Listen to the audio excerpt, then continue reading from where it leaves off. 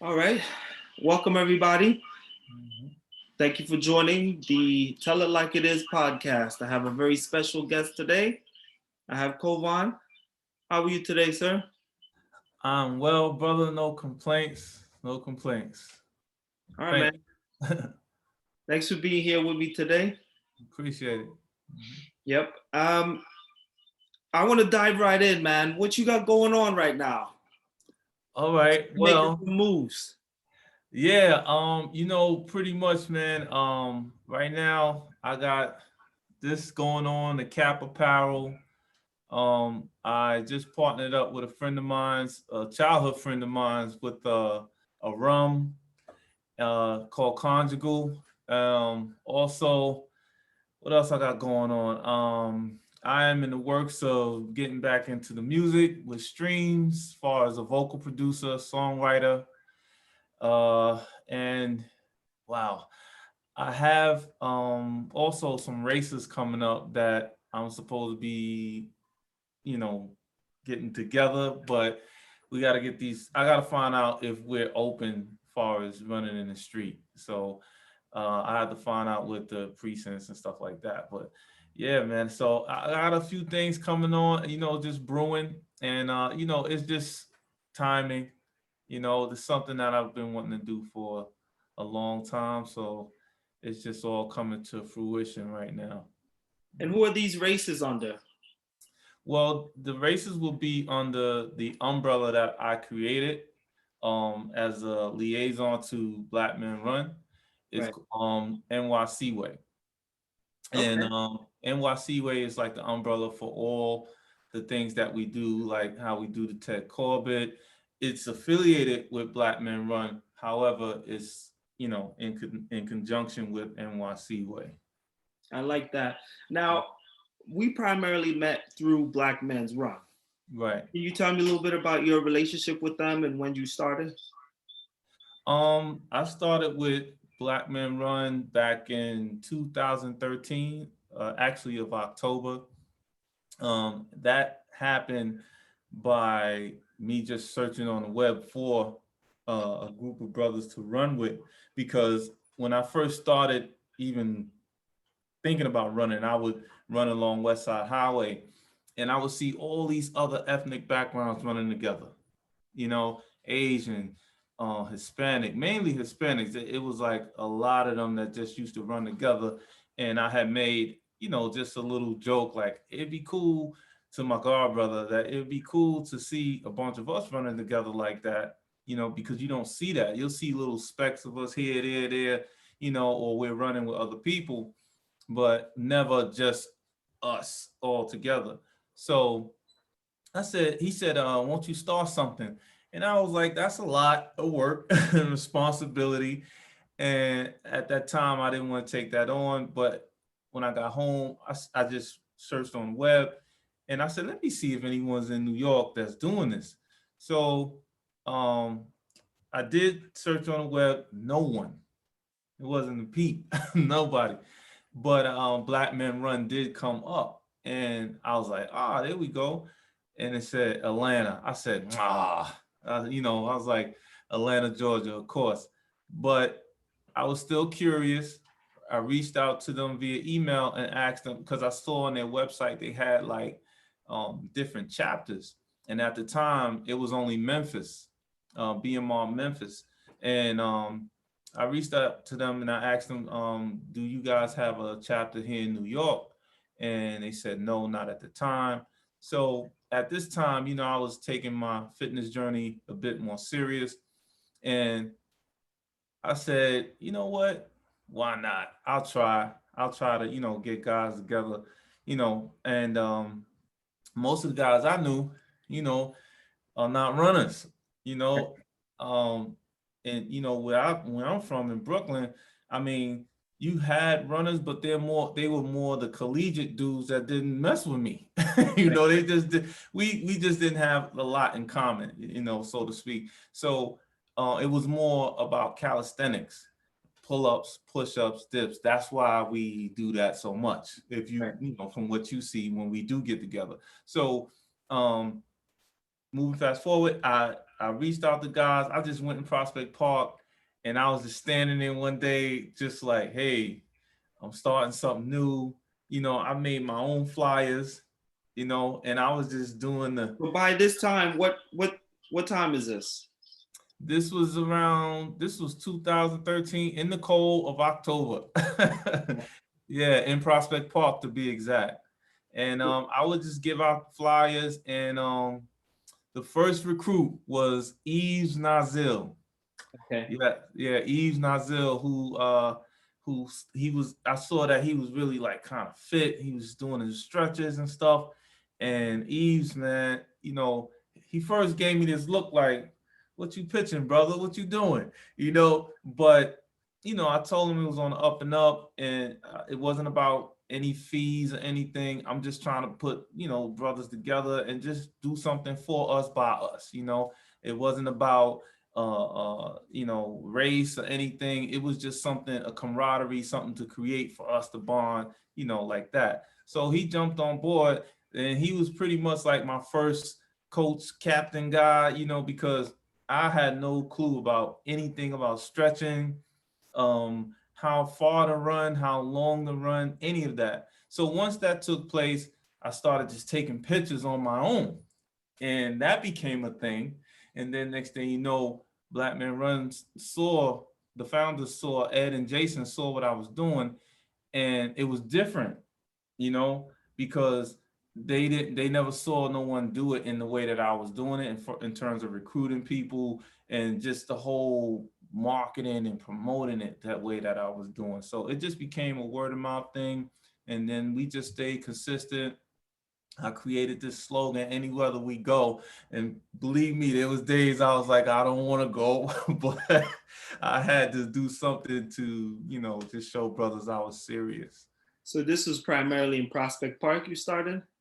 Yeah. It all started in Prospect Park. I mean, when I first started initially running, I would take the train to 125th Street and then run down to Brooklyn.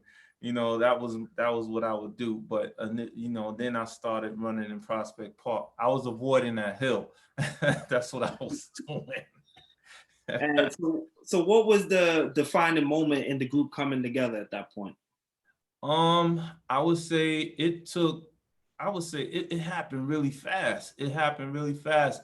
And I was overwhelmed behind all of it because, you know, usually, I mean, I have a street cred, but I didn't think that these guys was gonna, take to it, because when we think of running as Black men, especially neighborhood guys, just regular guys, we like, I'm not wearing no tights. I'm not wearing no little short shorts. That's not happening, So it's all those little things in your psyche that of running to be like, oh. But I tell you what it was, once we found out who Ted Corbett was, that was the game changer right there. It was like, oh, a Black man ran a marathon, he measured the course and all that. So once we found out that history, I think I won't say think, I know that was the glue to being like, okay, we got to keep this going. So yeah. So someone brought his legacy to the group? Yes, one of the sisters from Black Girls Run, um, Donna Hugh Holloway. Okay. She she was the one who pretty much helped me out a lot in terms of like teaching me the game and the with the running organizations, who were the running organizations, different, because I didn't know, and we would just run in the park. I never did any races, anything.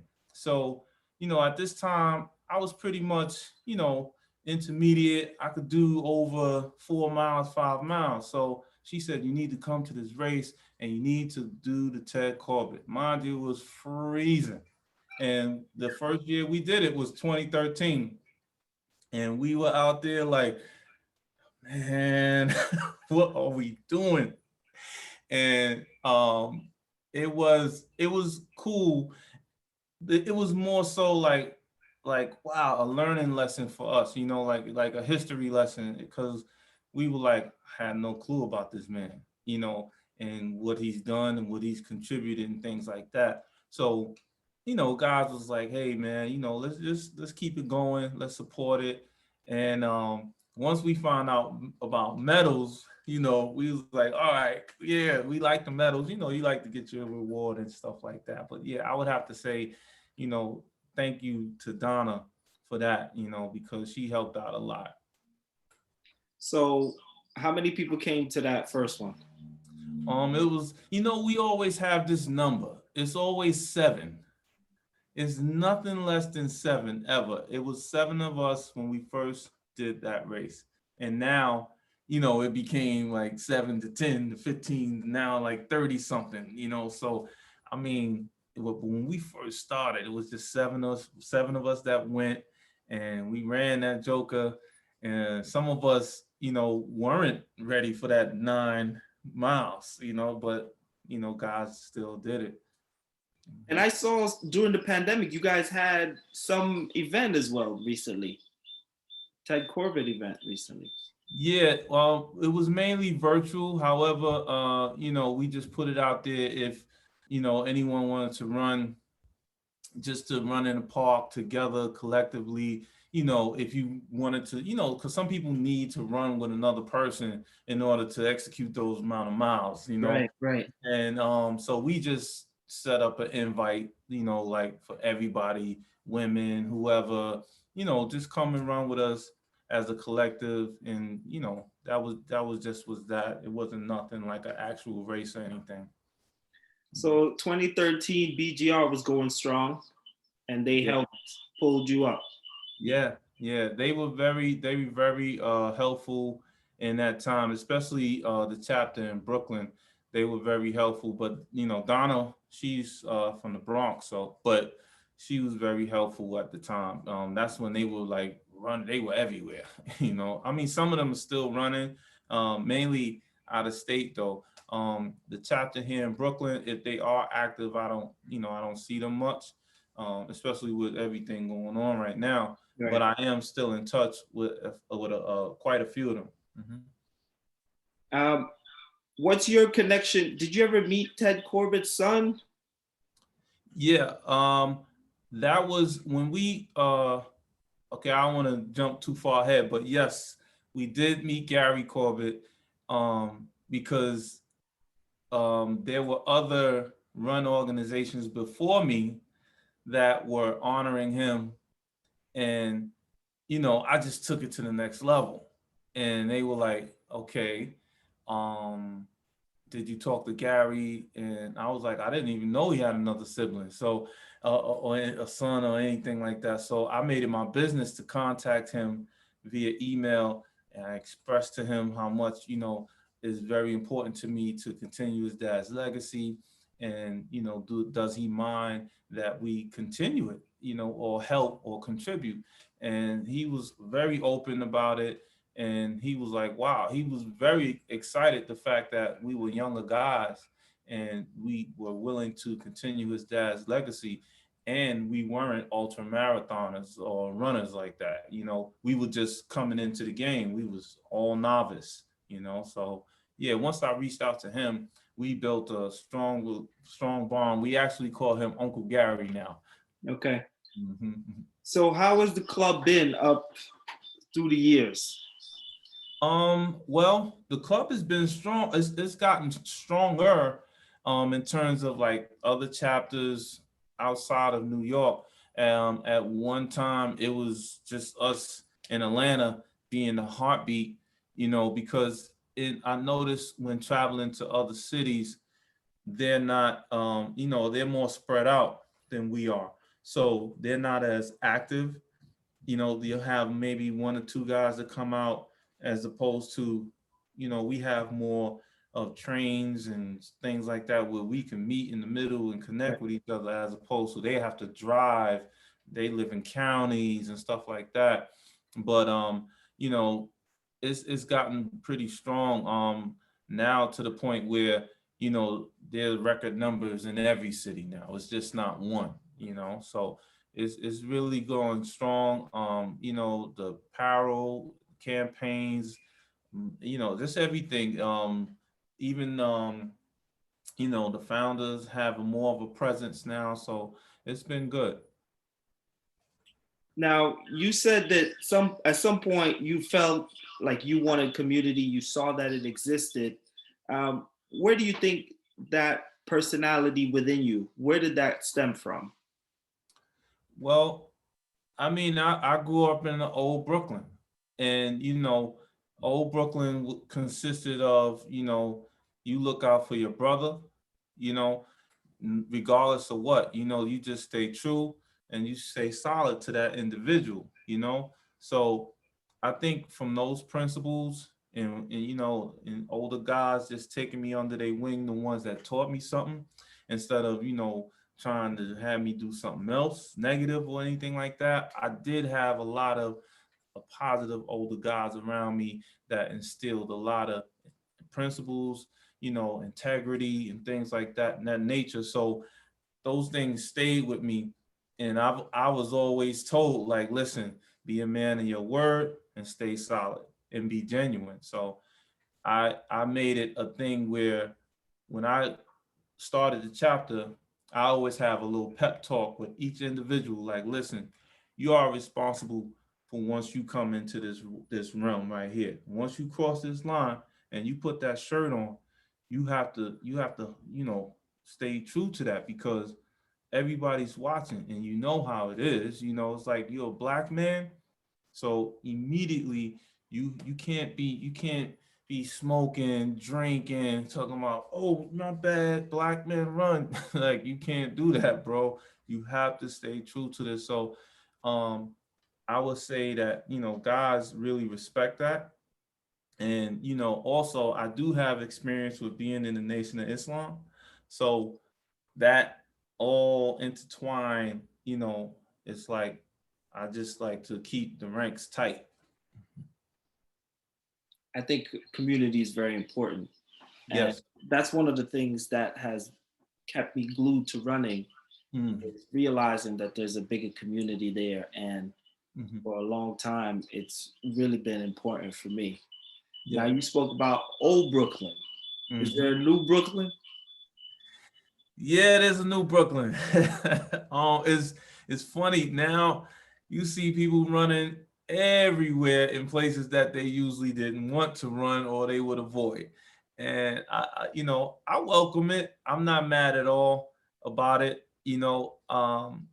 Hey, it's what it is. You have to go with the flow of the times.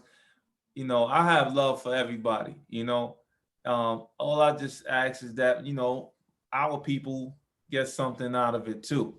You know, we have to, this is the community that we grew up in and that we, escaped to when you think about the history of New York and how we were once in Harlem and we were downtown Wall Street and then we moved to Harlem and then when riots and things broke out, we escaped to Bedford Stuyvesant, and cultivated that area, and then Brownsville as well. So it's like to be in that for a long period of time, and then all of a sudden it's like we want to take it back and gentrify it now. It's like, okay, but just keep us in the loop though. Don't just exclude us completely.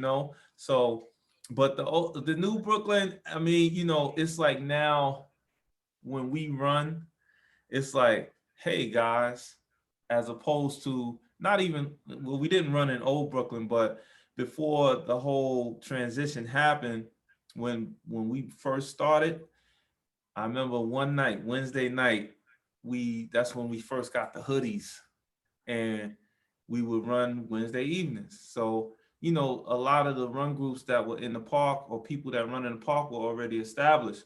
So to see us running in a group like that, it was like, is everything okay? What's going on? So, and it becomes a friendly competition amongst us because we running as fast as we can. And it's like, and we got the hoods on, but we got the hoods on because it's cold. We're not we're not up to nothing.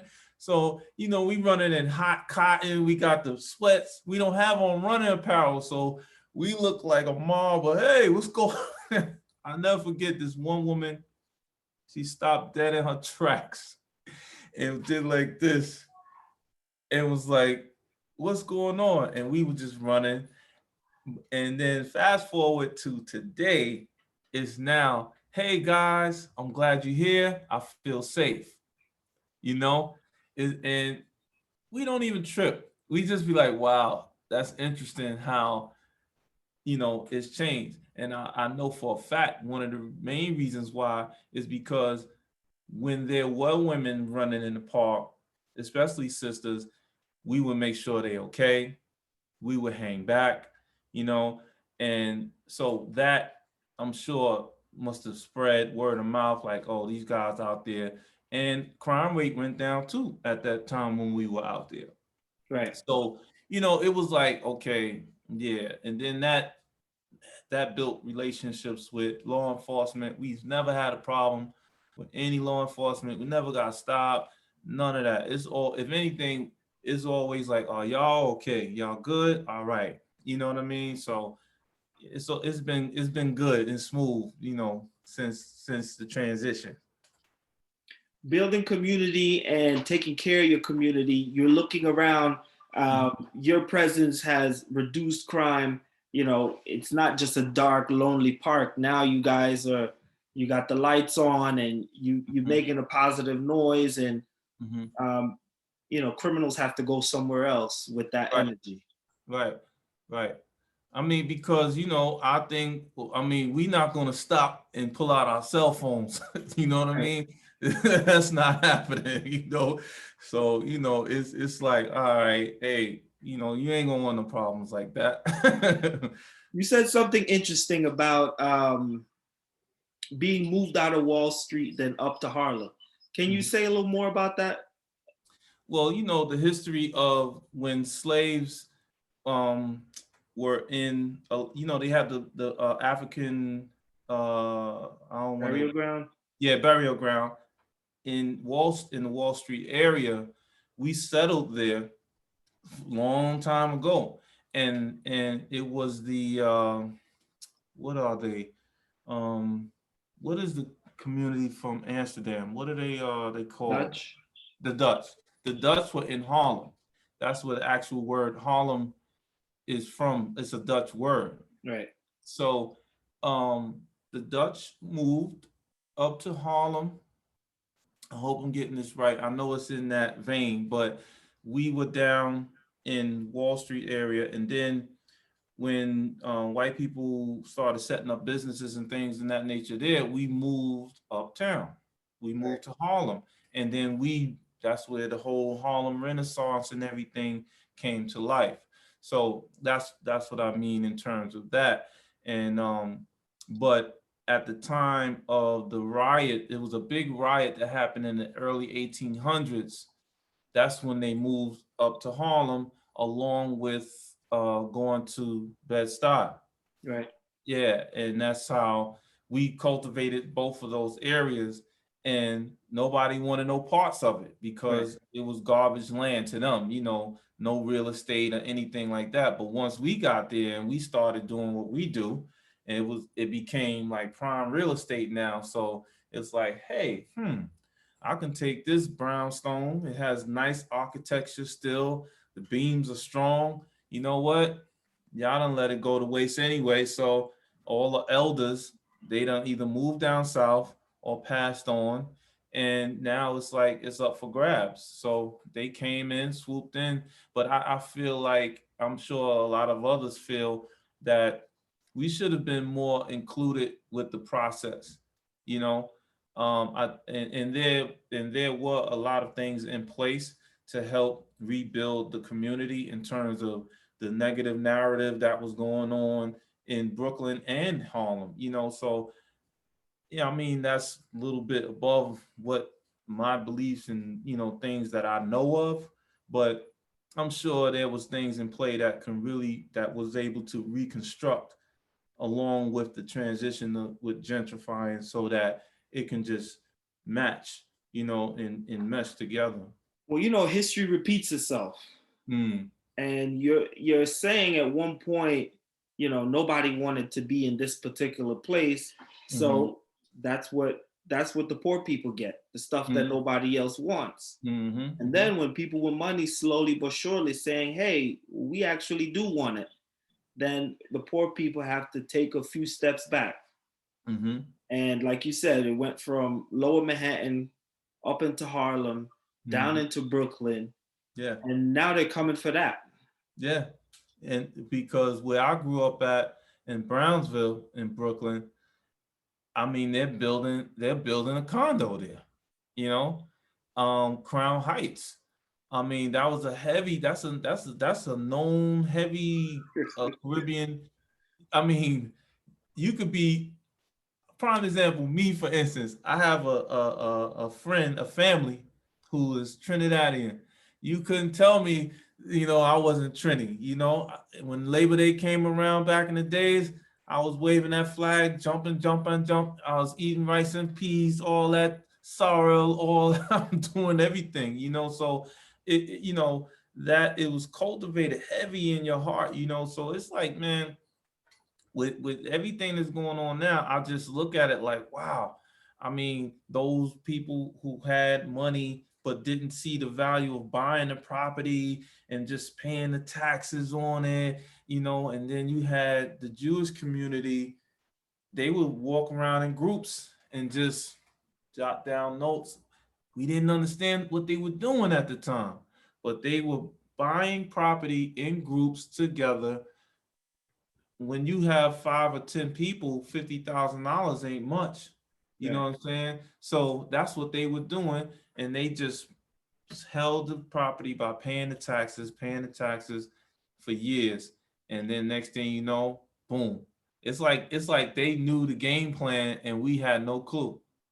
So We they're had buying up your community, and little Yeah, by little, older people moving out. And yep. Or either they bought the older people out. And our elders, all they knew is, well, I'm going back home down south, to quiet green grass and whatever, not realizing you're giving up a gold mine here, that can be in your family for the rest of your lives, and you can continually get the residuals from that if you were entrepreneur savvy or business savvy to understand that, okay, if I have this property, I can let my kids or get grandkids live here and stay here, and or I can rent it out. We weren't being taught how to be entrepreneurs, so it's like, or small business owners. I mean, that kind of faded to black. We were taught to be industrial workers only. That became like the thing. Yeah.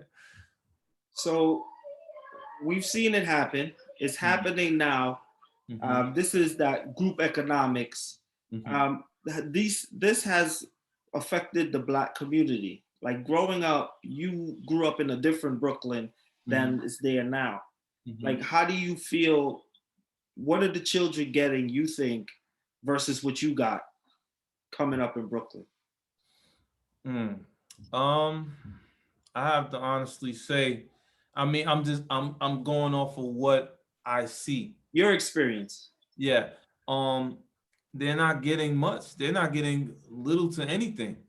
I mean, because now everything is online, but you have to pay for it in a way where when I came up, you had an after school program to where people would donate their time.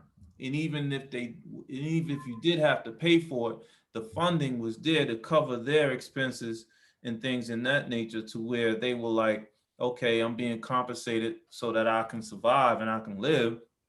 And I don't mind teaching these children, especially the ones that are willing to learn, because you had so many that at my time that were like just eager to learn and willing to do, as opposed to now everything is dumbed down, to the point where it's like ain't no money in that.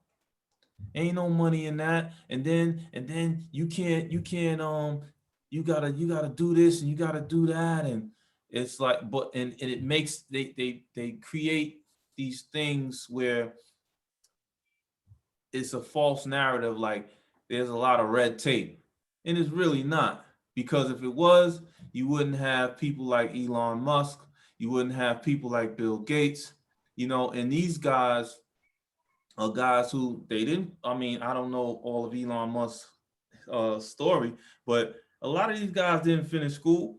Some of these billionaires that are out here, some of them didn't finish school. They might have went up until a set point, and then they were like, I'm gonna just launch my business, and I'm gonna start in the garage. I'm gonna start in the dorm room.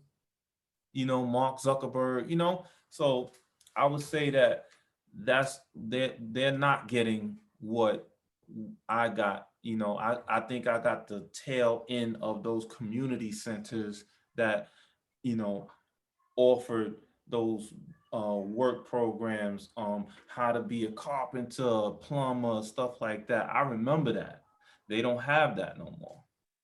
So, I mean, basically, I started this podcast to basically give a platform to voices in the community to Mhm. try to at least put our heads together to get the ball rolling, Mhm. because I do think that if we are the leaders of this generation, we have to be proactive. Definitely. And, the way I feel like, you know, I'm from Jamaica, West Indies. Mm. So when I came to New York in '96, Mhm. um, a lot of things were happening. But when I look back on from '96 to now, I feel like the community was stronger. Mhm. I feel like there was an energy amongst people of color, Black Mhm. people, Right. and we saw each other more. Yep. We understood that we were in this together, Right. and I feel like some of that is shifting. More people are aligning themselves with corporate America, and I don't get that strong feeling, that the cross color days. Mhm. Mm. Right. You Right. know what I'm saying? Yeah. Yeah. Um, can you speak to that? Um. Just to piggyback off of what you were saying, there, there isn't, there isn't. I think people are now their backs against the wall because they feel as that it has to be where they have to gravitate to that as a safety net, for their own. It's like the whole crabs in the barrel thing. It's like I gotta make sure I'm straight now, as opposed to I would make sure Alexi's groceries was all right. I'm only gonna buy from there because I know that's how he feeds his daughter and son that my son goes to school with us, et cetera, et cetera. You know, I think that's what happened. It's like the pressure, these new laws that they put in play, the new, you have to have this type of license in order to do this, you have to have this type of permit to do that, and it made people scared and panic instead of coming together like we usually do, or once upon a time, come together and be like, well, you know what, we the consumer, we get the final say, and understanding that the black dollar has power. I had to say, in recent years I started understanding that, because I was told about how the Asian dollar stays in the community like 3 to 4 times or something like that, and even with Indians and Pakistanis, Arab community, the dollar stays in the community several times, as opposed with us, the dollar is like it goes around 0 times and it's out. And I was like, wow. I said, you know why? Because the mom and pops have been removed. All those small businesses that you went to without even thinking about a Walmart. You be like, I'm going down to Jim and Joe's. I ain't going to no who Walmart.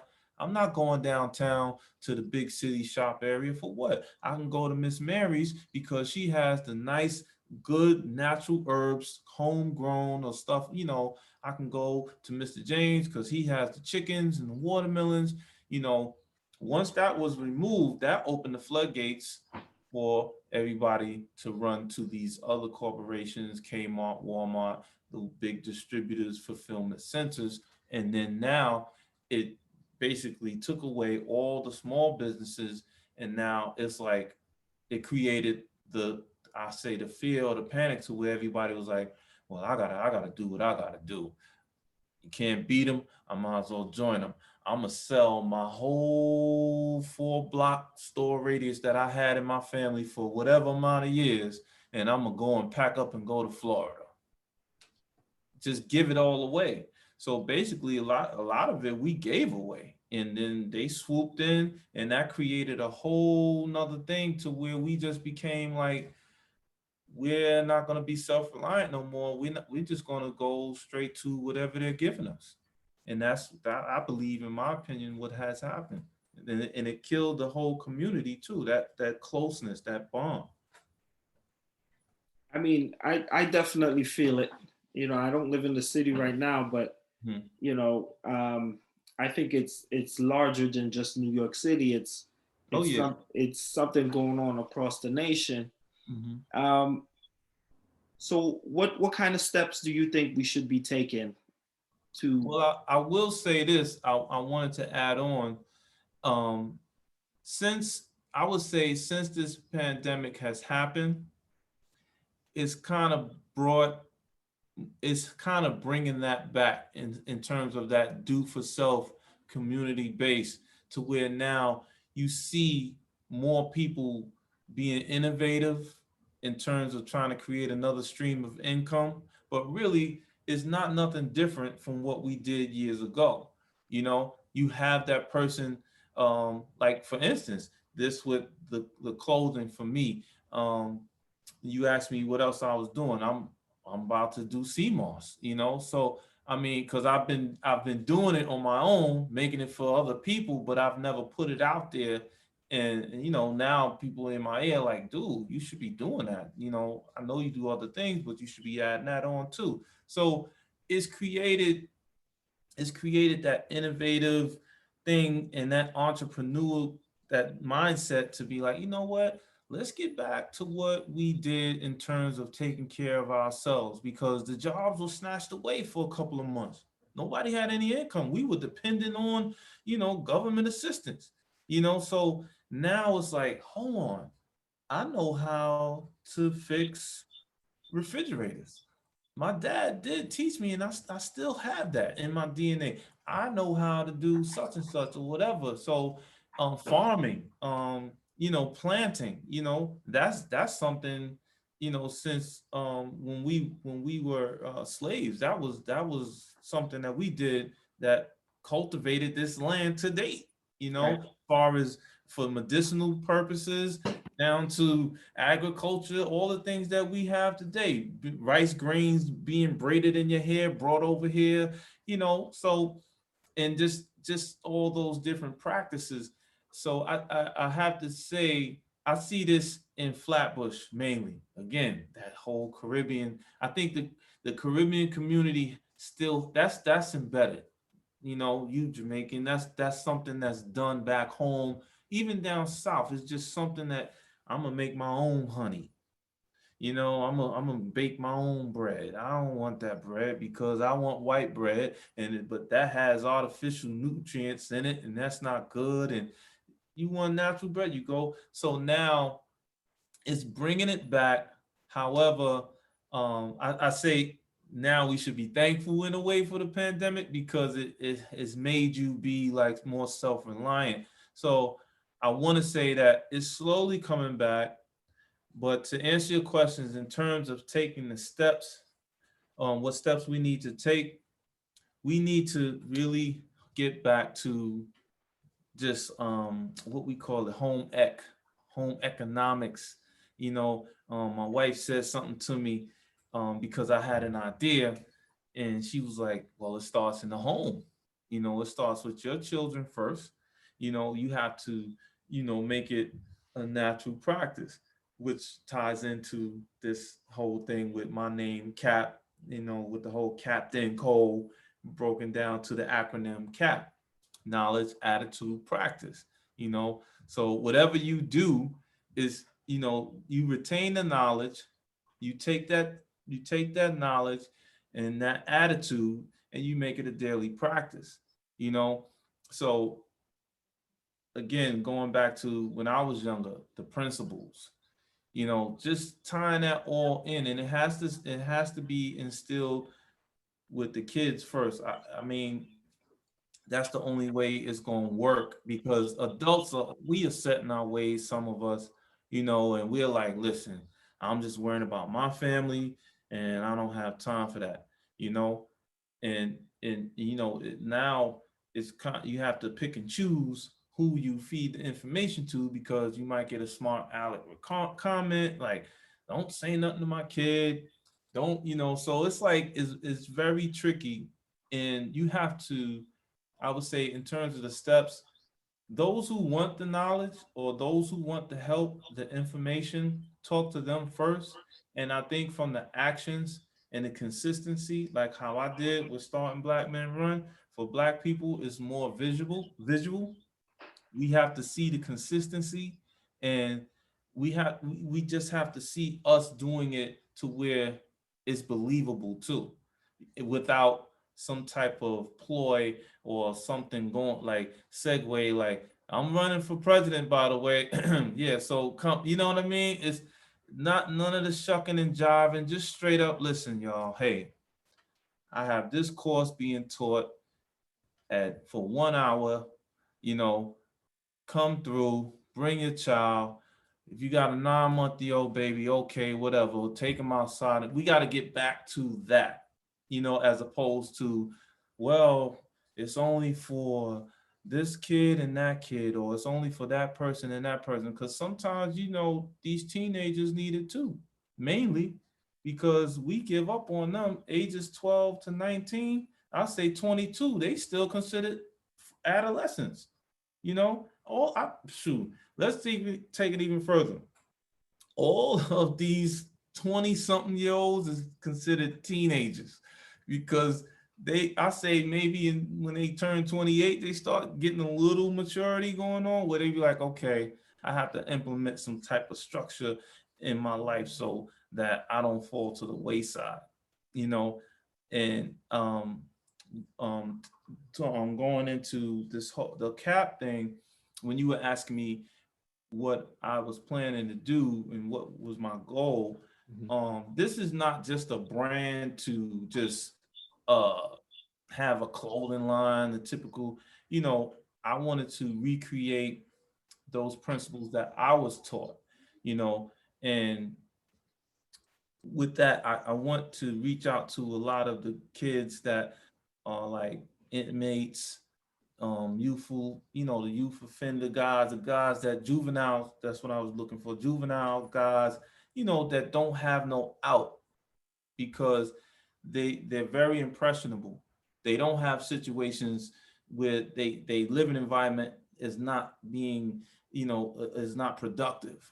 They don't see a guy who looks like them that can give them some insight on some type of financial literacy or entrepreneurship or anything like that. It's like they can't relate. So what happens? They like, you know what? I'm gonna do what I know to survive. And a lot of them don't really. When you have one-on-ones with these guys, man, they be like, yo, I really don't want to go out here scamming and robbing and doing stuff. But the pressure of surviving and having nice things, so I'm not clown, nobody's ranking on me or anything like that. It's like, oh, what I'm gonna do? What I'm gonna do? So that's my end game with this whole knowledge attitude practice, is to build some type of a cap academy, you know, and have all my friends that are like me, the smart ones, that but still have that street connection and that verbiage to explain, in their language that are like, yo, look, this is what you do, this is how you get it. And they're not saying, yo, make sure you give me $1,000 to teach these kids. They believe how I believe, like, we can turn this around, But I think those are the steps that we have to put in place in order to get any type of, traction just to get things back to a little bit. And when people see and it's like, oh, okay, they doing their thing over there, you know, we automatically gravitate to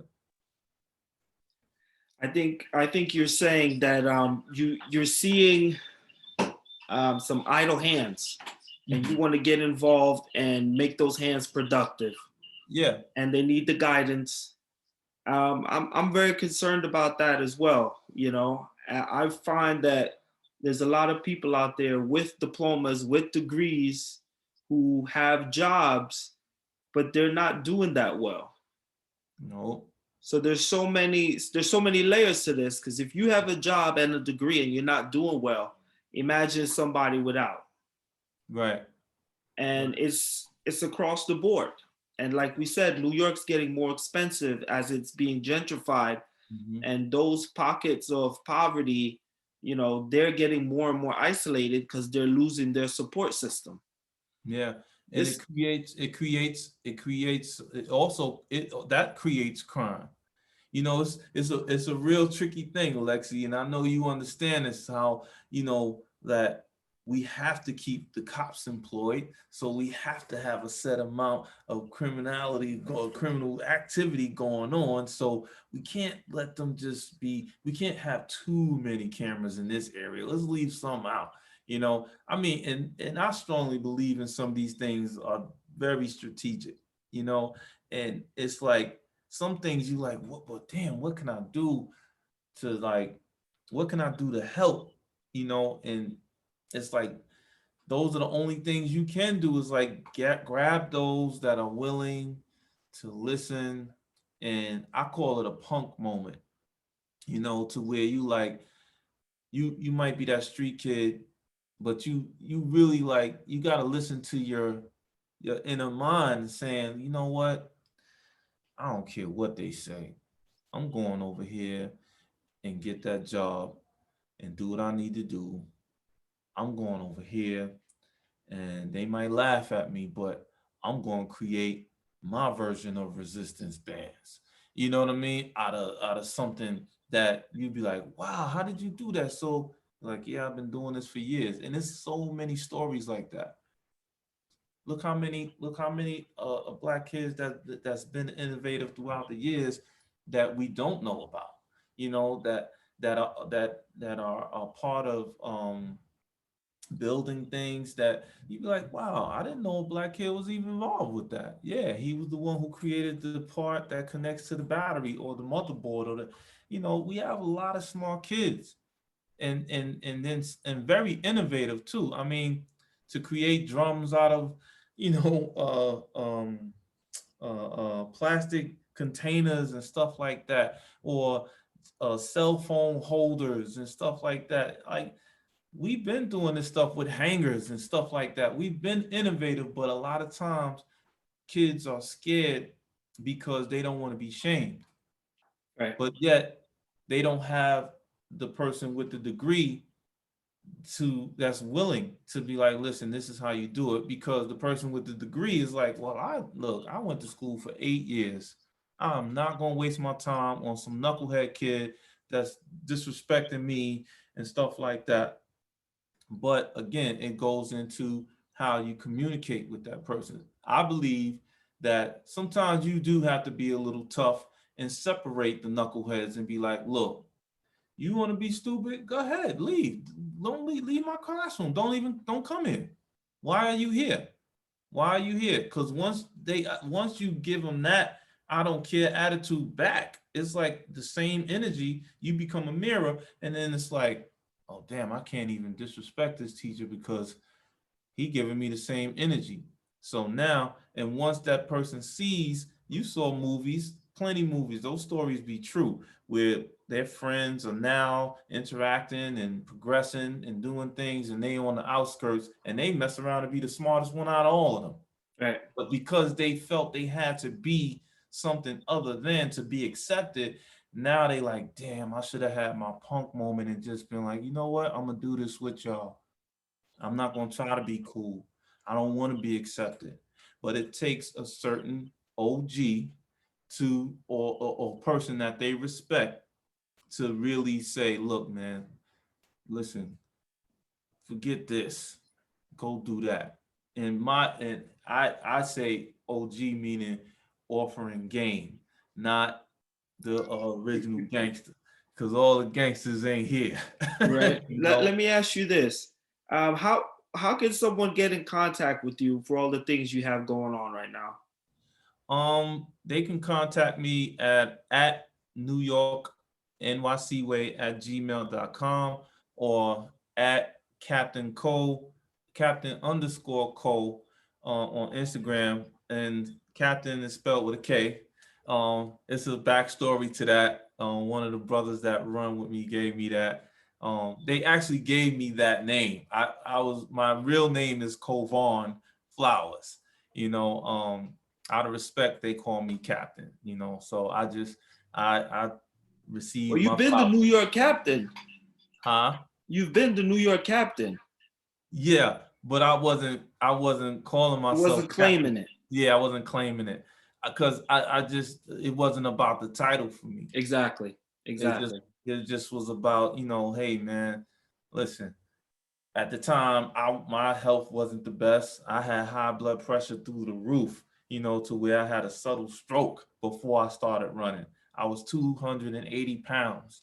I was really huge, and just not eating right and none of that. I mean, you seen my journey a little bit with the whole vegan thing. Well, I'm vegetarian now, but I mean, just the whole transition from that. I mean, we grew up on all this great food, savory food, but a lot of it wasn't healthy. And I just made a choice, to just get my health in order because I know a lot of guys who, they went through all this stuff in the street. And then next thing you know, you be like, yo, you heard about such and such? What happened? He passed away from diabetes or stroke.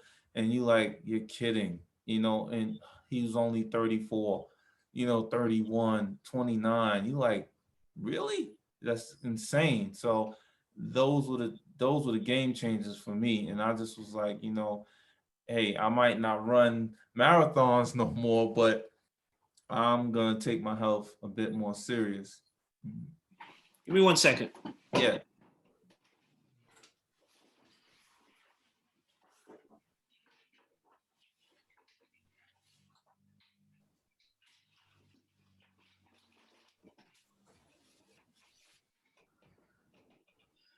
What was the turning point in 2013? Um.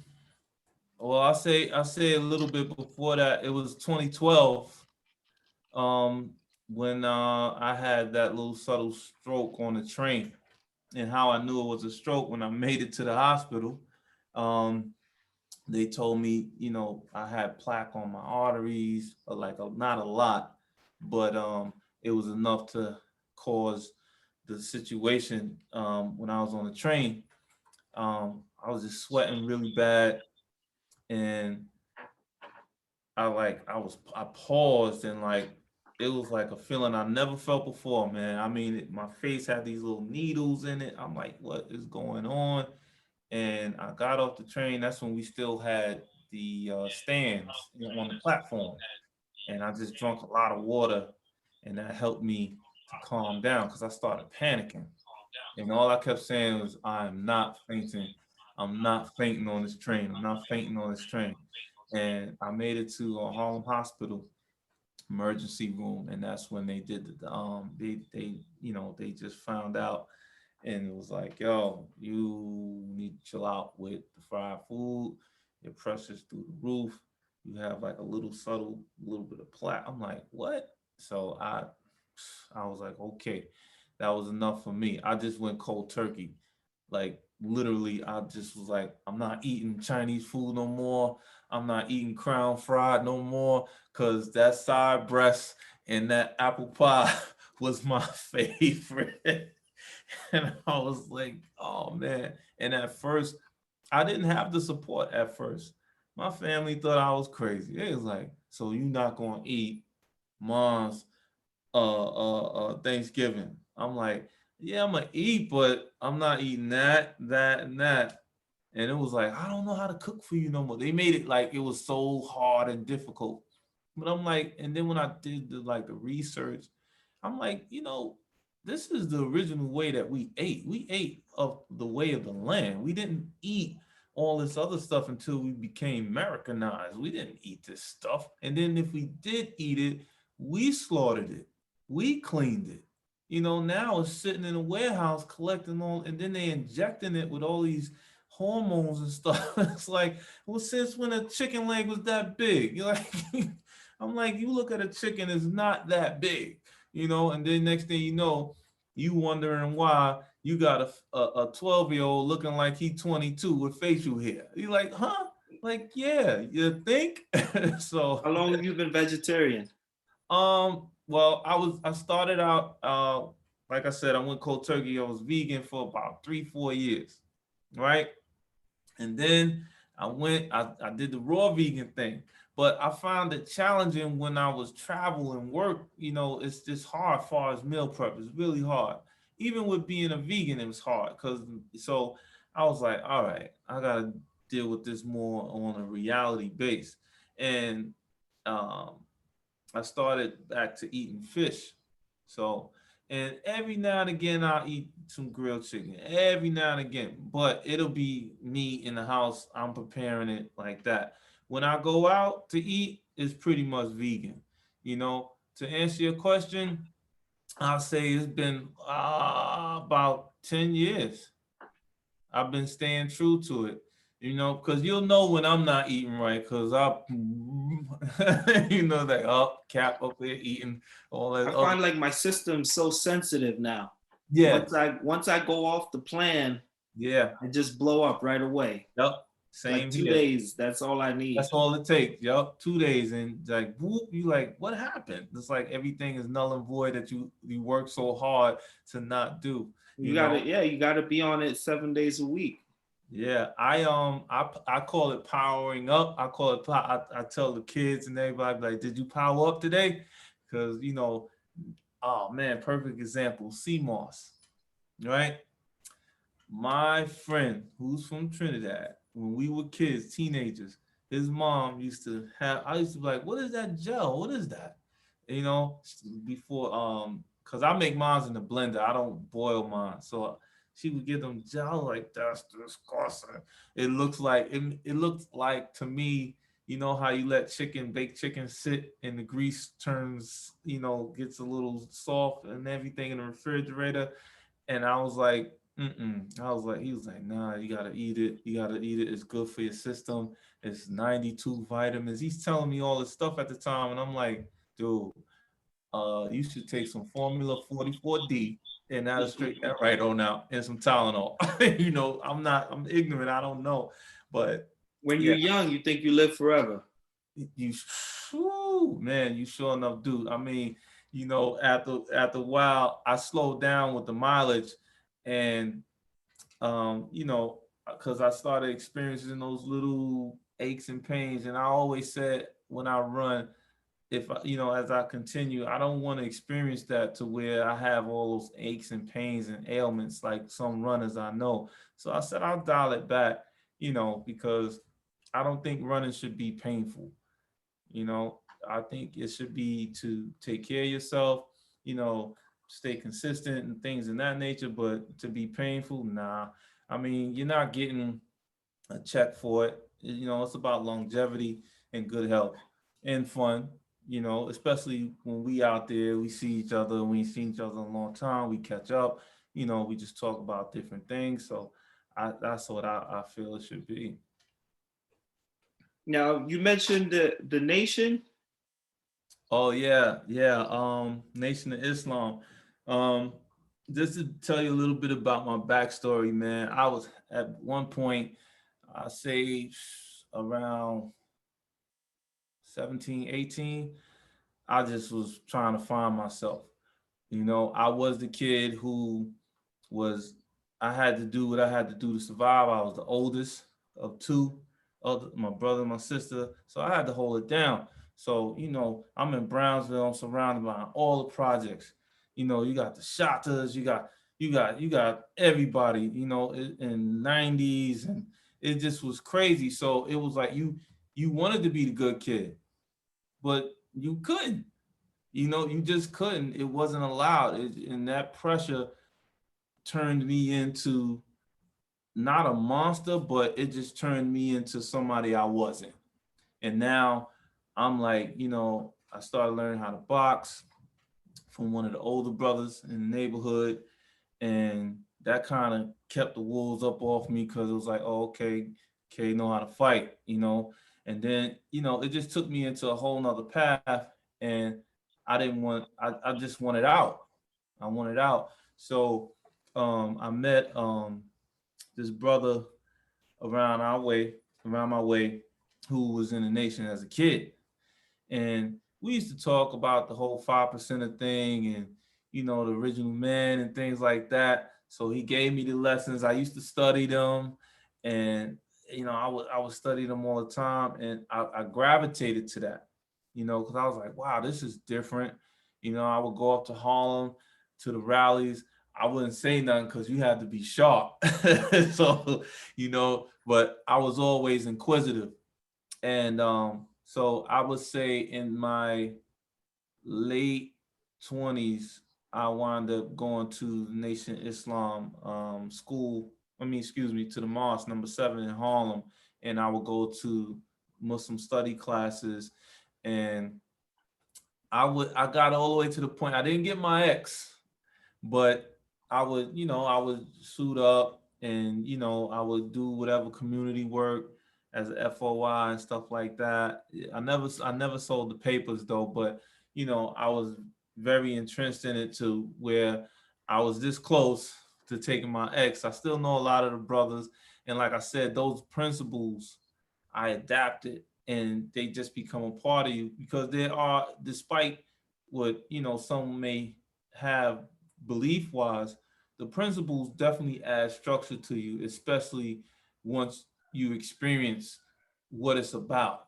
It teaches you how to be upright, wear a suit, greet people, be cordial to your people, how to take care of yourself, grooming, things in that nature, how to switch your hats to where if you're in a corporate situation or if you're having a conversation as opposed to you having a conversation with your boys, things like that. So the Nation of Islam definitely teaches you that. Like if you don't get nothing else from it, you're gonna get that, and you're gonna carry that with you. So that's how that came into play with me.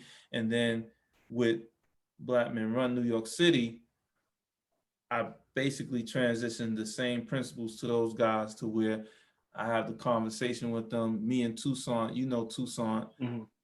That's how the creed came about. Toussaint wrote the creed, and then that was something that we said, and we say it with passion because it's like, yo, this is what we stand on. These are the principles that we stand on. We abide by them, brother for brother, and that's that. You know what I mean? And nothing can ever come between that. So that's like once you say that creed, that becomes a natural pact that you can't ever break. I've I'm turning 40 this year. And I have my kids and just watching everything that's going on in America and people of color, Black people, there's still a lot of work to be done. Yes, sir. Okay. And, I think a lot of people don't know enough about history. Yeah. So they don't understand what we're experiencing now is a continuation. So a lot of people think like, oh, everyone's equal now, everything. This is America. You can be anything you want to be, and they don't understand the history that we're still being affected by. Very much so. And you have someone from any country who can land in America today as a minority, and they'll do better than Black people who's been here for generations. Right. Yeah. And they're like, well, if they're doing it, then why don't you guys do it? And oh well, we experience this thing like, oh, that's a victim mentality. Mhm.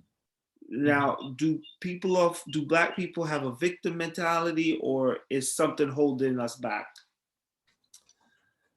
Um, I think I think some do have a victim mentality because they're not thinking outside the box. You know, they're not understanding their power. You know, we are very powerful as people. You know, as the saying goes, powerful beyond measure, and we've proven that time and time again. Yet we have we have yet to really realize it. I think with social media now, we understand it now because a lot of people, young and old, are sharing a lot of the historic things that they find out, because it's like a wow factor now. And it's like now it's like, well, excuse me, I don't have to worry about what nobody think. I'm gonna just share it.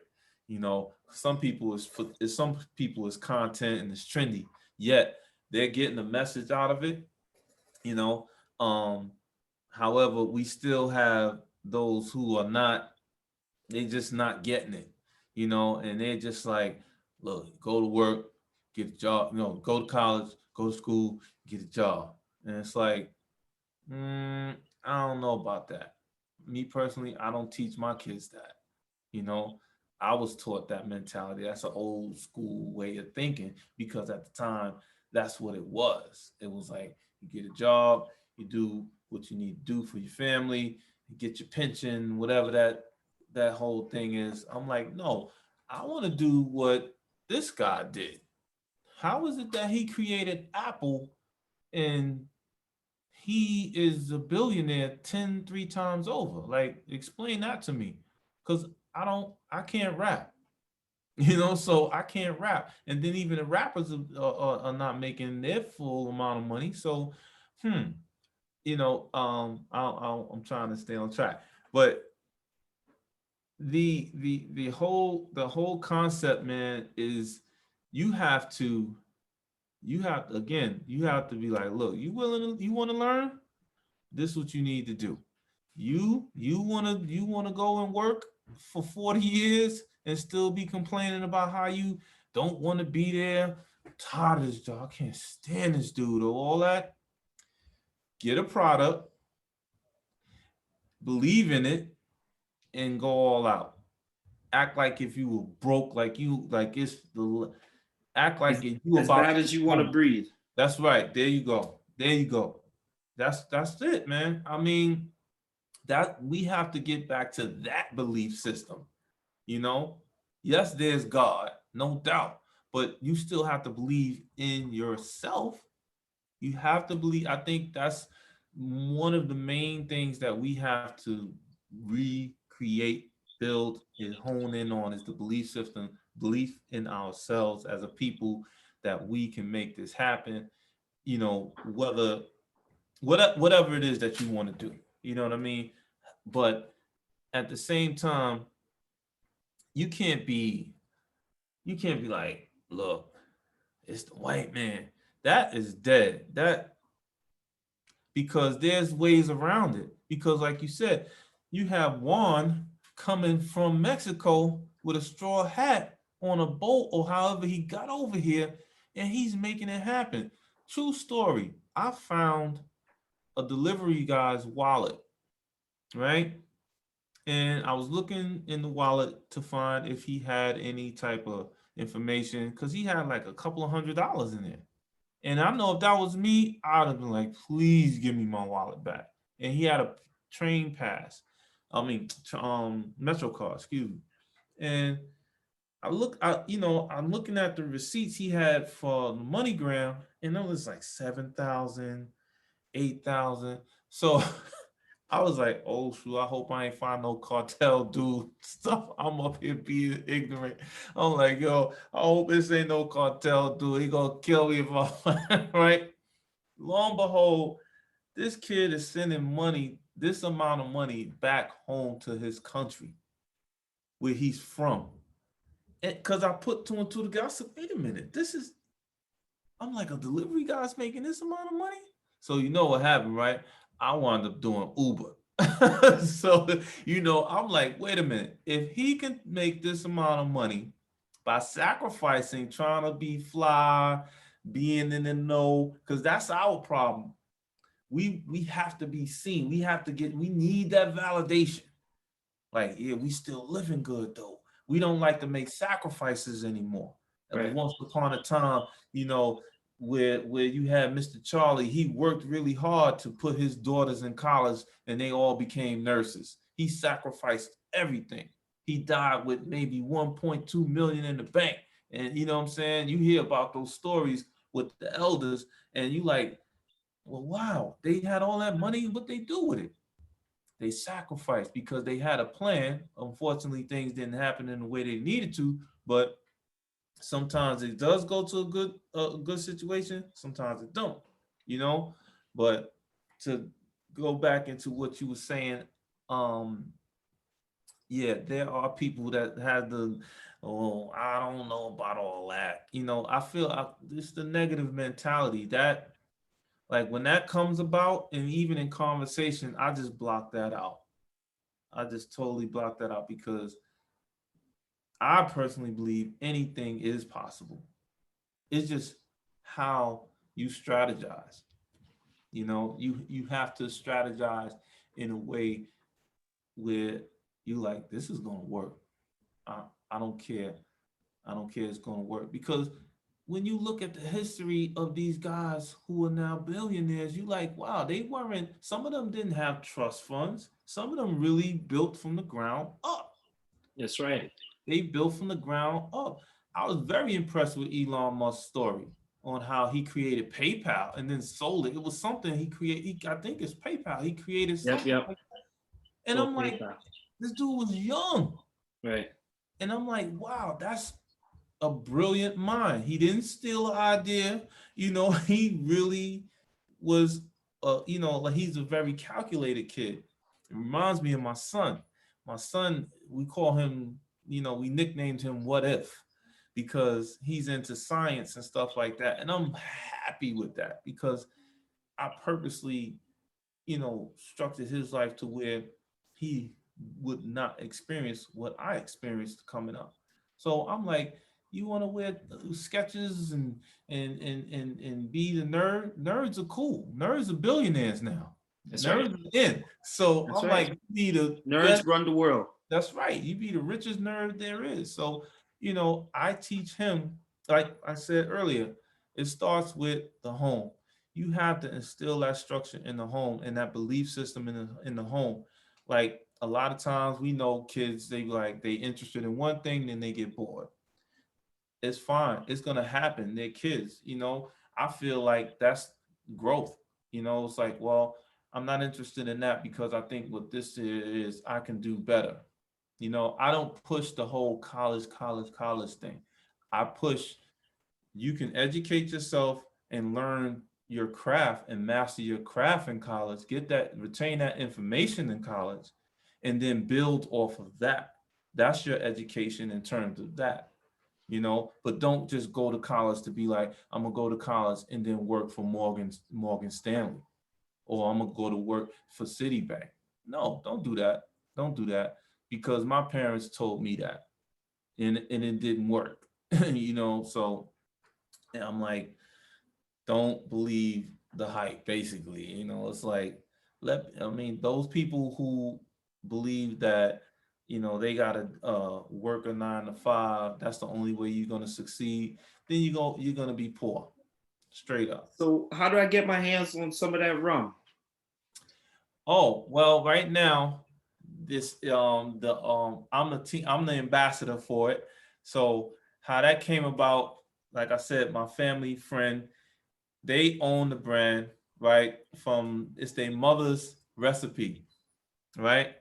And they added the 15% alcohol to it, and then it became like a phenomenon with them doing tastings down south where they are in Virginia, and they hooked up with the distillery here in New York, upstate New York, and they brought me in because of the social media presence, and I'm more savvy with it like that. And of course, I get all my commission for our sales. So I just handle, again, like Black Men Run, I handle New York City, for them. So actually we're gonna have I'm actually gonna have my first tasting June 5th at 90 Club 95 South on Franklin Avenue. Yeah, from 5 to 11. So that's gonna be the first official tasting. Right now, it's basically reach out through me via social media. Like I said, on my IG, my Instagram page at Captain Cole. You can DM me, and I pretty much ship it to you. And right now, we're just doing it through the payment systems like PayPal, Cash App, like that. So that's what I've been doing as of late. I am working on my premise liquor license, because that's more easy to attain as opposed to an actual liquor license. That's for a liquor store. I don't want that. I just want a premise. So if I have an event or pop-up space on my own, as opposed to someone who has a liquor license, I can do it in throughout New York because they vary in other states. But yeah, that right now is the best way that I ship it to you myself. I think if each person has their own project that they're working on and everyone is supporting each other, now that gives you a tie in to communicate, a tie in to have some interpersonal connection and not just be connecting to a faceless store and buying everything there. Hmm. So in the 21st century, we don't connect the way we did before. Hmm. Now we have to find these entrepreneurial connections.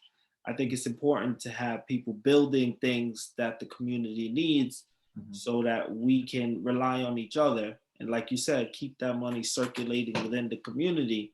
Hmm. And, when these corporations, they get richer, they're not building community stuff. Hmm. They take that money and they disappear. Yes, they do. The right now, if you pay attention, there's a flux of pop-up shops starting to happen now. So that's what I meant by, like, people are starting to tap into, you know, that innovative, creative mindset. Like, you know what? I'm a seamstress. I have a friend, perfect example of that punk moment. He don't care anymore, but his mom taught him how to sew.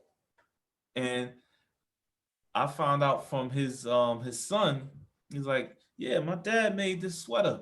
I'm like, that sweater look like he brought it in the store. And this guy knows how to make patterns, but he wears his hat to the back, Right. right? So he too cool to tell guys I know how to sew, because what comes with that? Oh, you know how to sew, not realizing, dude, you are blocking your blessings, your talents. You know how to sew? Are you kidding me? Look at, I said, man, you better look at what's my man name? Dapper Dan. He Right. was he was sewing for everybody and did not care. Now look where he at. He's one of the head people at Gucci. And he has his own establishment in Harlem today Right. with other seamstress under him that's like him, that are black men. So I'm like, I broke that down to him. I said, man, bro, I said, listen, you better hone in on that. And that is what we call helping. You know what I'm saying? The OG factor of offering game. Like, listen, this is how you do it, but it's coming from somebody he can relate to, as opposed to sometimes it might be a brother who's in suit and tie, and his verbiage is just not relatable to where it's like, but I don't want to be like you, because see, that's the other ignorant thing we have. If you talk well, you it's like, nah, that's not cool. We got to be cool. Everything got to be cool. Listen, man, that is over. Them like being cool. What does it get you? Just let's break it down. Think about it. Everybody that was super cool, what do they have to show for that super coolness? Right. Nothing. They have Right. nothing. It's Yep. it's nothing. All the stuff they were validated for, they nobody's checking for them now. It's not relevant. It's null and void. So when you look at that stuff, that's what I tell people. Look at that, man. Look at how such and such, we held him on such a high plateau, and then he wound up throwing his life away to drugs or whatever the case, and now he has nothing. But yet we held him on this high plateau, and we put our dreams to the side, or whatever ambitions and goals we had, because we wanted to be like him or associated with him. So when I talk to guys my age that want to listen, I give them scenarios, and that's to answer your question on what are the steps. You got to give people scenarios of their situation, so that once they see that, it's like, oh wow, I never thought about it like that. Because a lot of times they're not going to get it if you try to tell them in a way where you talking to your colleagues or constituents. You got to like come down to a certain level and be like, all right, let me give you a scenario, because we're, in the hood, it's more visual. you know we're not going to comprehend well, because we're not reading books all the time. We're not using our words and things in that nature. A lot of us didn't come from guys that had a little bit of sense. They had street sense, and then they had common sense. It's levels to it, and levels to your understanding. I'm one of them. I'm one of them. I remember there were times when I was in junior high school, cats would say words, I'd be like, huh? The hell are you talking about? I was like Buster Rhymes using words in the wrong context. I got love for Buster, but I used to be like, what the hell did you just do? But, so I made it my business to re-educate myself.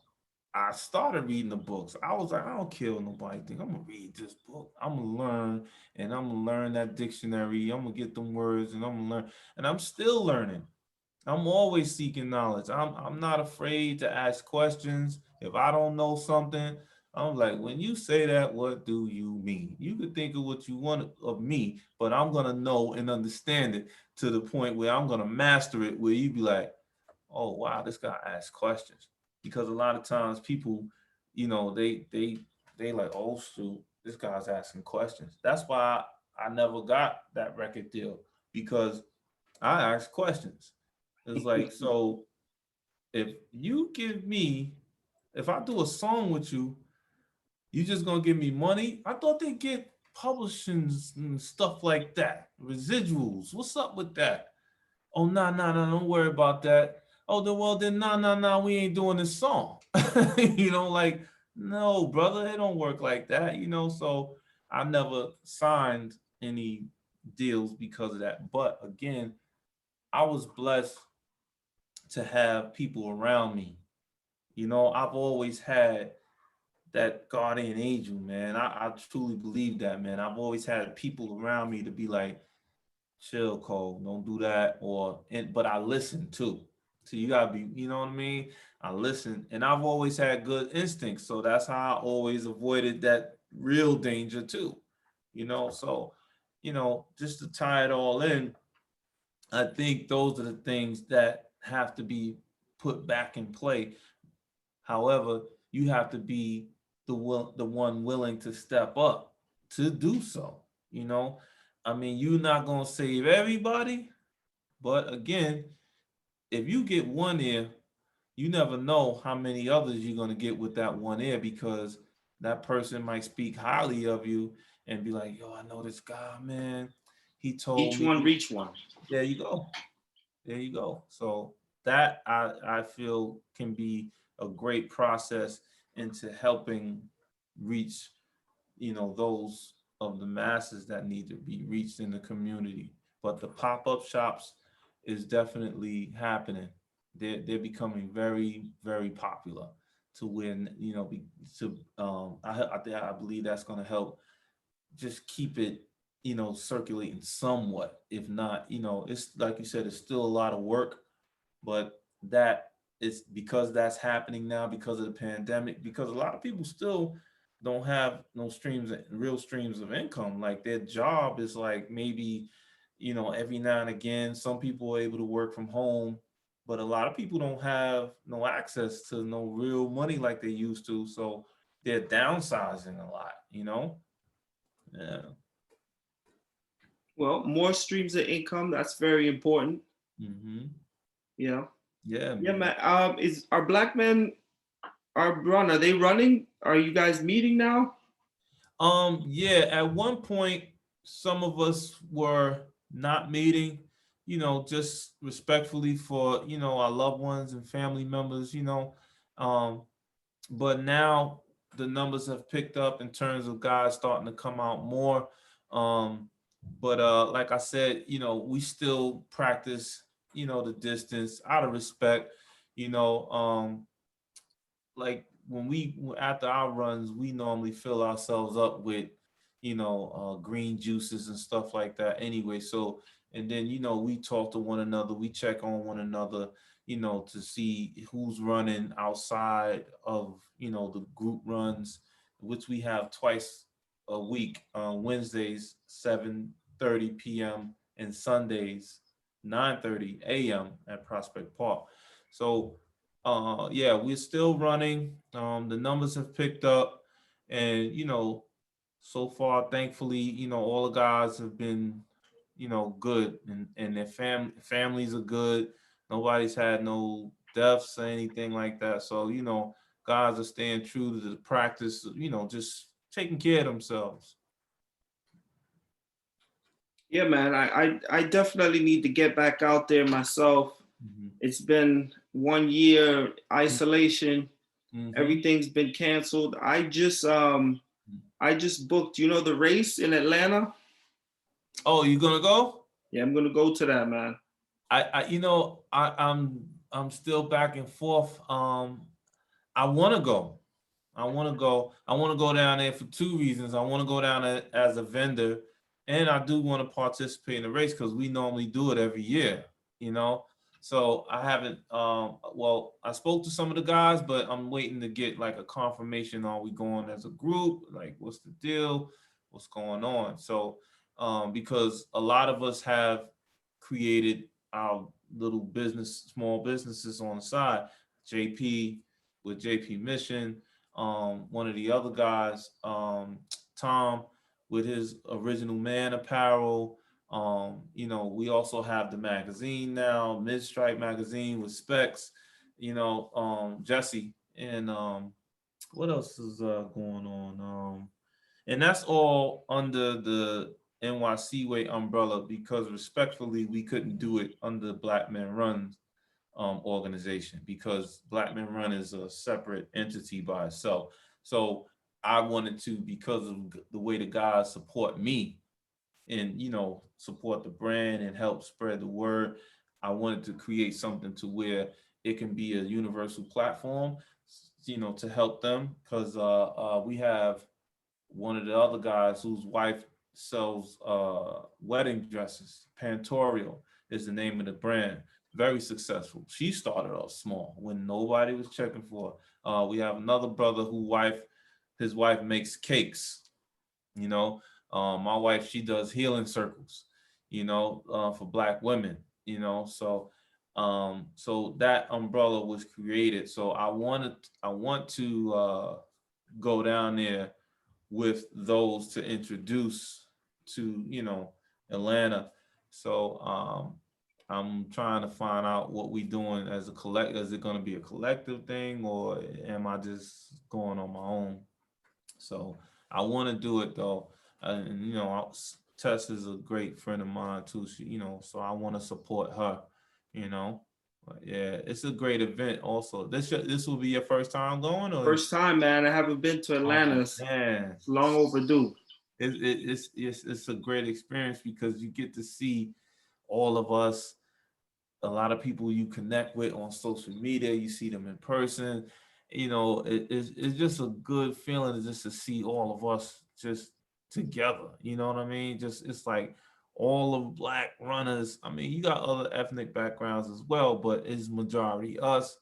And just to kick it and just just the camaraderie is great, man. It's a good feeling just to see all of us. So it's definitely, I hope it'll be a great experience for you because, you know, Atlanta is open. They pretty much like, look, whatever, so Over's yeah. over. hmm Yeah. Mhm. Yeah, man. You know what? I'm always, with everything going on now with the George Floyd verdict and Mhm. all of these things going on. Um, are you concerned about the image of black men and what's going on with the police? Mhm. Well, with the whole George Floyd thing, man, I mean, I kind of I kind of stayed after his situation. I don't want to see nothing related to anything with killings or anything like that. I just feel it's bad for my spirit, man. I can't. It's not that I'm ignoring it, but I'm already paranoid as it is. I have a 14-year-old son. I have nephews they're all in the same age group, and it's like we're not in the 60s, but yet it's like you have to wrap your mind around, okay, how do I raise my son? What do I tell him? I don't want him to back down. I don't want him to back down.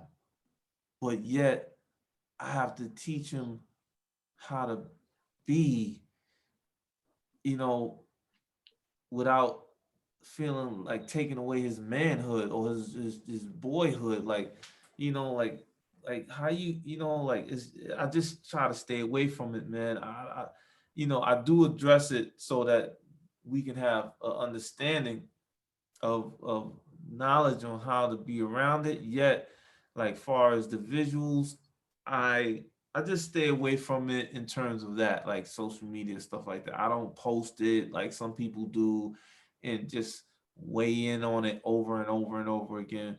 And I do have friends that law enforcement, they cats just like me, but they just joined law enforcement because they were doing something to take care of their family. They weren't trying to get in and to hurt nobody. However, you do have people that can trigger you because it's all psychological too when you break it all down, man. And it's like, damn, you know what? This cop, he might have had that bad day at home, something, and it could be that one thing, when you this is when you understand that type of understand it, with psychologically speaking, in terms of mindset and how certain things can trigger you to respond to a person in a way where you get so mad you might be choking them, not realizing you're choking them, because your level of anger is just up to that height, and you like, and it's like, stop, and you like, oh shoot, man, I blacked out for a minute because I'm thinking about what happened here, or I'm thinking about how the captain might have said something to me, because I heard the stories on how, it's cops on cops in these precincts where they go through certain things, and they're upset, or they have to play the game, they have to comply, they have to do certain things to people just to get the numbers up for quota purposes and stuff like that, and it'll blow your mind. And it's like on one side of the fence, you like, damn, but what happened? What triggered him to do that? Because it Now, just Kovon, have you experienced any racism directly in your lifetime? yes, I have. It was in school when I used to go to Forest Hills High School in Queens, and I had this cat, man. He he was a punk rock dude, the leather jackets, the whole nine, and I was just walking past, minding my business, and he was just like, "No niggas don't walk over here in this area." I was like, did he just say that? It was just like weird to me. Like, what are you talking about? Because on that area, a lot of the white kids hung, But I was just coming from the back of the building, leaving gym class, going around, and he said, "Niggas don't walk over on this side." And I guess because he felt he was a big white boy, so I wasn't gonna do nothing, but I did do something, and I just was like, "What? Like, why did you? What made you say that, stupid?" Like, so of course I got respect in the school, so everybody came over, and it was a one big brawl, you know, and I got suspended, of course, but I can honestly say that was one of my like straight blatant experiences, you know. But this whole, this killing of the kids, man, you know, it's just black people, period. It's like, yo, what the hell is wrong with you guys? I think that they need to teach these cops more. They gotta have random psych evals. Like, and when I say that, just how you doing today? You all right? Like, you cool? Do you think you need to just stay at the office? Do you feel that you can go out and deal with people today? Or you going through something? All right, you know what? Hey, get yourself another partner. He's gonna stay here today. I think they need to do stuff like that, man, because these guys, a lot of them are scared. A lot of them are scared too. These guys coming out of the academy and they hearing all the random ignorant stuff that, man, you better watch yourself when you go over to the south side of town because they're gonna do this and do that. How is it so bad? Okay, but yet when there's black cops in the neighborhood years ago, they pretty much didn't have as many problems as today. As always, when the white cop came, it's like he's got this thing like, "Phew, I gotta watch myself. They're gonna kill me, or I gotta kill them." And it's not. A lot of times, if you just communicate, you have no problems. You will not have no problems. I told a cop friend of mine, I said, man, they'll call me Officer Tase, because I'll be tasing everybody. Shit, I'll be like, ah, just like, I'm like, yo, y'all got a powerful taser. Use it. If you feel that your life is so-called threatened, use the taser. Why do you have to be like, boom, boom, boom, boom, boom? Them triggers are sensitive. Air triggers, they certain type. Man, you just blink and you going, you know what I mean? So like just to really touch on it like that, man. I just think that they need to have more psych evals for these cops, just checking in on them, counseling. They might have it, but do they use it like they should? I don't know. But I think that'll kind of put a damper on it instead of just having the complaint cops on them all the time and putting that pressure on them so much, man. I think that's what they need to do. Just more psyche valves. I think things will be, just safer, because now, shoot, the way I drive around now, I keep my light. Well, I'm using my mask, but I keep my license and registration right in the cup holder right in front of me now. And my thing is, if I get pulled over, I'm rolling the back windows and front windows down, and I'm turning on all the lights, and I'm gonna put my hands here. I'm putting my hands here. Punk moment. Listen, I know, man. I ain't no sucker, but look, hey, I got kids. It's bigger than me. You know what I'm saying? Let me just keep these guys comfortable because of their stereotypes. I don't need the bullshit. So let me just, we good, man? Like, what happened? I pulled up. All right, listen, it's right there, as you can see. You gotta guide them now because they are scared with Short everything that's fuse. going on. Yeah, everything that's going on, they're nervous. They're Yeah, nervous. man. Yeah. It's an interesting time, man. There's a lot of work to be done. Hmm. Firearms are a little bit too accessible, Yeah. Yeah. and we're losing a lot of people, Hmm. especially when you're in pandemic mode and you're locked in the house. Yeah. There's nothing to feed on other than this bad news. Hmm. We really have to protect our minds, like you said. Yeah, And I like what you said about the running community and being out there. We have to police our own communities. that's right. That's Being right. involved in your community is a good way to keep things at bay. Yeah, definitely. Because people, a lot of times people, what you don't think people need, they looking for it. They like, look, hey, I've been looking for this. So we had a brother come out just past Sunday. When we after we said that creed, man, he just was like, I'm definitely coming back. I'm definitely coming back.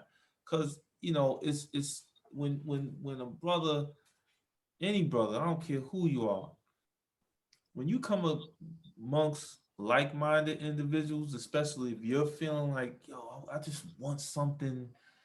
It's not a fraternity, but yet it's something that's unified. When you once you feel that and you like it's genuine and it's organic, you like, man, I've been looking for this. And that's been the case with Black Men Run. In other cities, they it's just that thing. And a lot of times with the group, it'll be that connection. You're gonna make a connection with someone, that one or two individuals where it becomes cliquish, but it's okay because at the end of the day, we all one. We are all one, and we communicate with each other. So it's like you find out like, what? Oh, really? So you got a pinched nerve too? Me too. Oh, you like the chicken with honey mustard? I love it too, man. I know, but that's why you run me too. So it's always those conversations, and most importantly, man, it's therapeutic.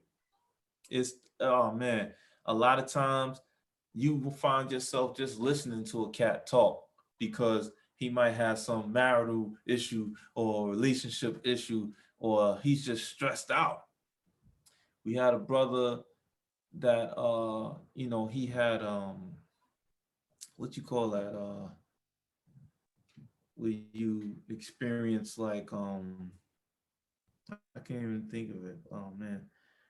Where he just, I'm gonna say right now, alter ego type of thing. Like he 1 minute he's happy, then 1 minute depression. I think some type Bipolar. of, yeah, thank you. Yeah, bipolar. And he said he thanked us for not judging him because he said usually when he mentions that to people, they pretty much like, whoa, they back up, you know. And we made a little joke like, well, as long as you don't flip out on us, we good, but he, we was like, listen, man, We um all going through something. yeah, basically, we all going through something, and this is therapy for all of us in some form or fashion. So if you bipolar and this is helping you, keep coming out. I like Keep that. coming out. We here for you. You know what I'm saying? We here for you. So it's like we become our own psychiatrists, therapists, so it becomes that, man. And that's like the main thing of us when we get together after the run. I want to hear the creed. Do you have it? I know it by heart. Let me That's hear it. this is that's the homework. It goes, I am my brother's keeper. We run together. We sweat together. Together we are strong. No man is left behind. We must always remember that we all we got. We're a team in the family. We're change agents. We're inspirations to others. We're saving lives. We are Black Men Run, a healthy brotherhood. And we always hold our fists up high and we say, oh, be them all, So yeah, so we sometimes we say healthy nation, but yeah, and we say that with a passion. And it became, like I said, Toussaint wrote it.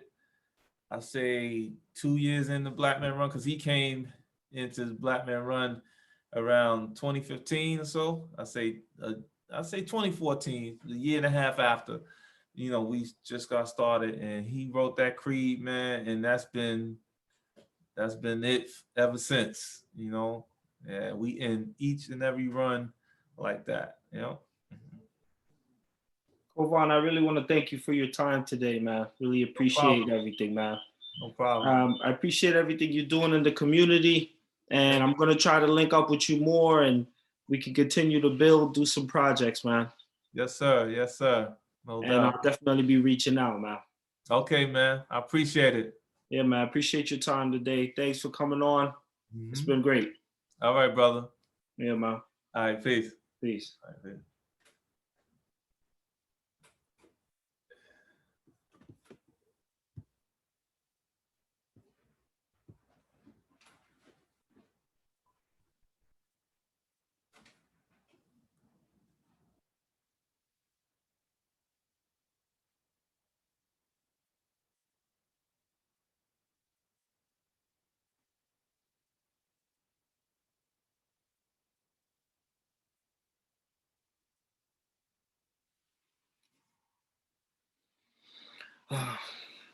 Uh,